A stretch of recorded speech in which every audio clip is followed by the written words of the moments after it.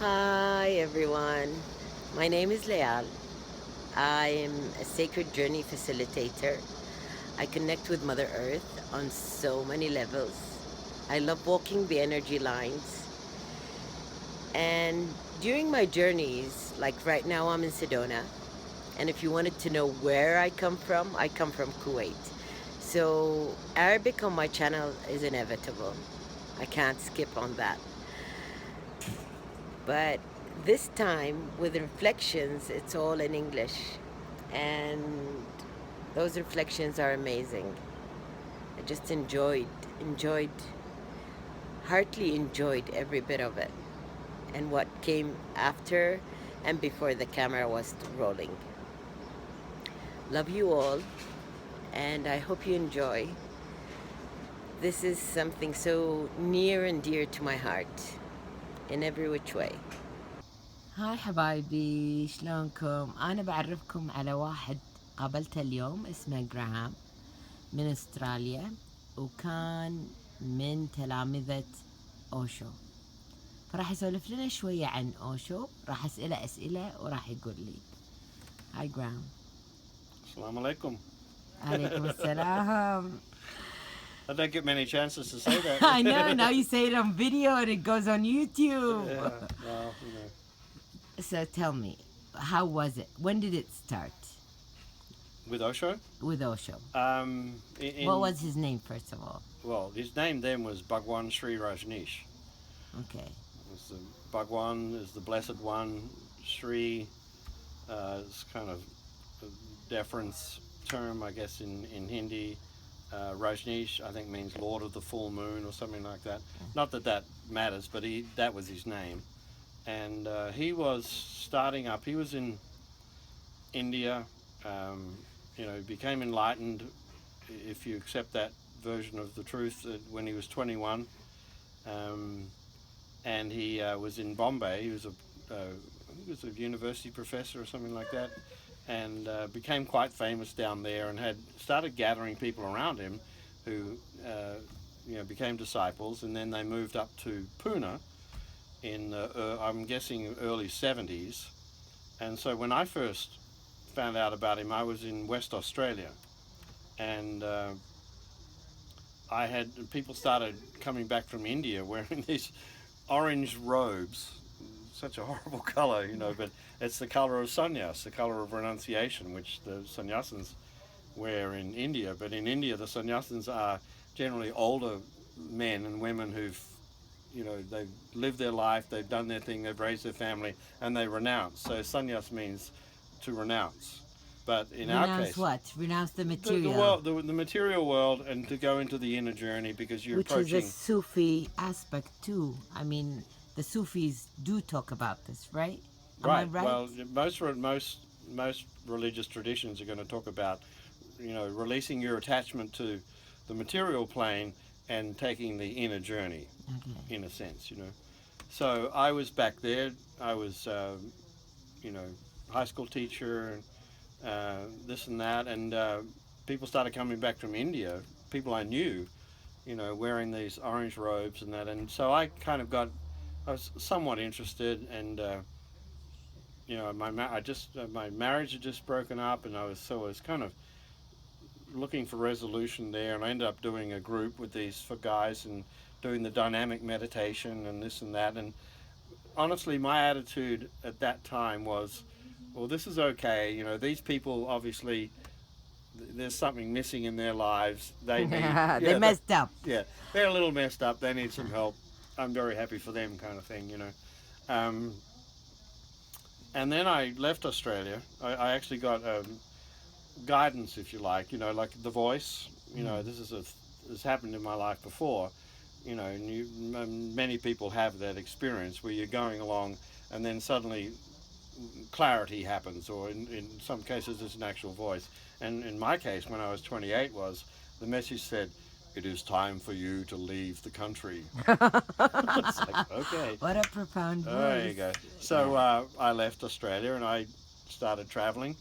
Um, and after I went through Southeast Asia and Nepal, and finally got to India, and I was running out of money, and I thought, before I totally run out of money, I better go down to Pune and see my friends. So I went down to Pune from Delhi and went to the ashram and met up with a couple of people I knew, and I started going to the lectures, in the morning, and um, doing the meditations and this and that. And it took about 10 days before it really kind of hit me. The energy there was very strong. I mean, you've got an enlightened master, and then you've got an energy field around them. He called it the Buddha field.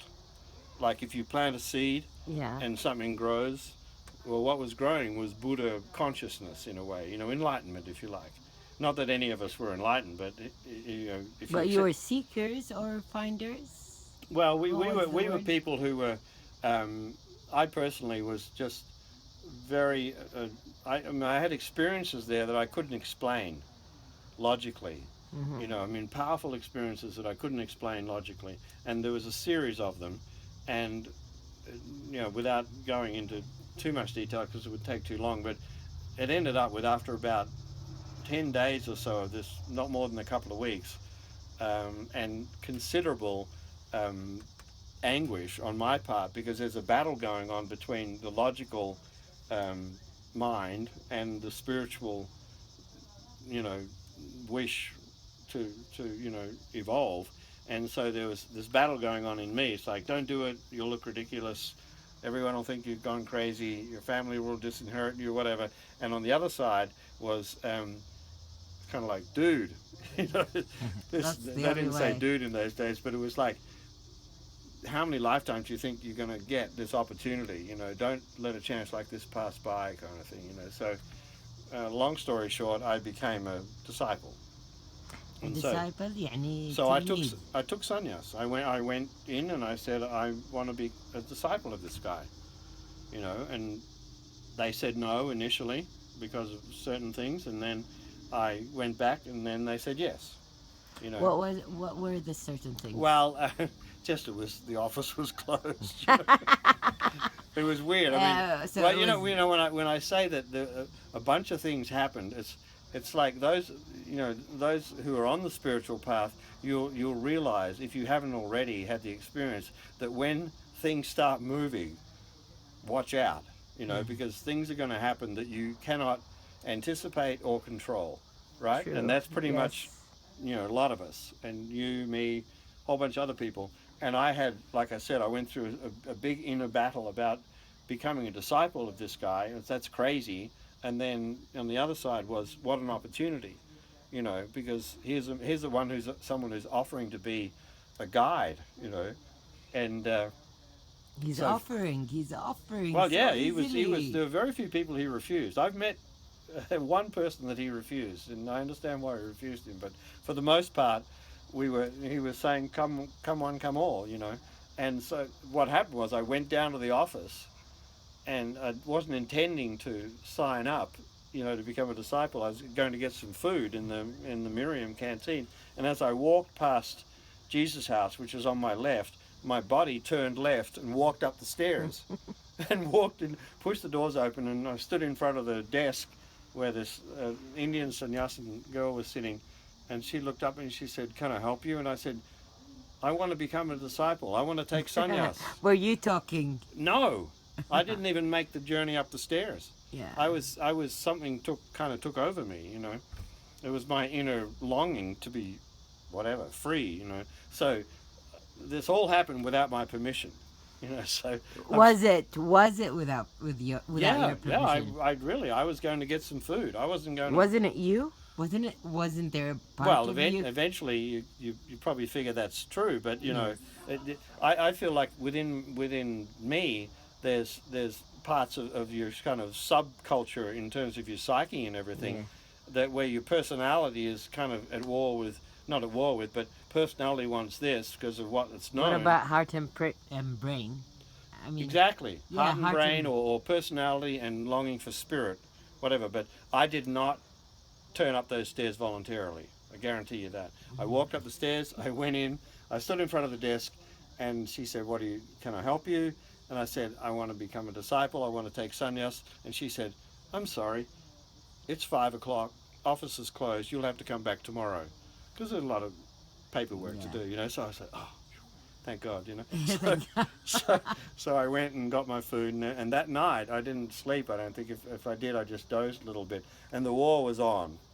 The one side, the personality, the ego, the upbringing was saying, don't do this. It's ridiculous. Don't be crazy. Don't be crazy. Everyone will think you're nuts.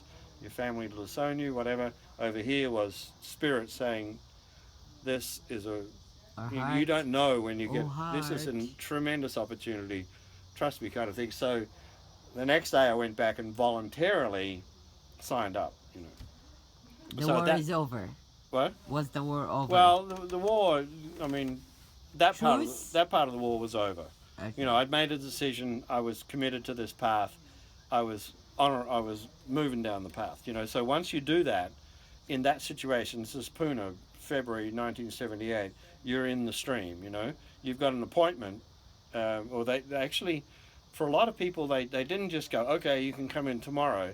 They'd kind of suss you out, and they'd say some people they'd say no, which is rare, but some would say, okay, if you're really serious about this, go and do 21 days of dynamic meditation Mm. every day, and don't miss a day, and then come back and we'll talk again. You know, but I'd already been doing the dynamic meditation. And I said I would continue to do it, and that was kind of like an entry point. I don't know if you know about dynamic, Yeah. but anyway, I that know. was kind of like a way of releasing the past in a very dynamic kind of way. And so they basically didn't set me a lot of preconditions. I think they could see that I was sincere, and I had an appointment for sannyas to go and actually meet the guru and become a disciple. It was like And five who's the guru then? 5 days down the track. Sorry. Then was he Osho, named Osho? He was Bhagwan Sri Rajneesh. Okay, until then, that was He 80 didn't become Osho until after the ranch in uh, Oregon. in Oregon. He came back to America, and then the name changed for reasons. Various people have different reasons, but the name changed to Osho. But I was dealing with Bhagwan Sri Rajneesh, the Lord of the Full Moon. And so I kept doing the dynamic. I kept going to the lectures, and then the night came, and I went to the compound. I think that was, I might have got my name. I think it was Krishna House. I think was where the office was. I think Jesus House is where Bhagwan lived, and it was a walled kind of compound. It was a 6-acre ashram, and he had maybe a quarter of it, 20% of it in the corner. So he's in there. It's a 2-story house. A lot of his, sannyasins that are close to him, etc., are in there, guards and all that. And you go to the gate and you go in, and etc. What's your next question? I'll close this and I'll do it in a second part so I can download it. What? I'll close this Oh, okay. for now, and then so we can download the second part. I cannot download longer. There's 100 parts, but yeah, go ahead.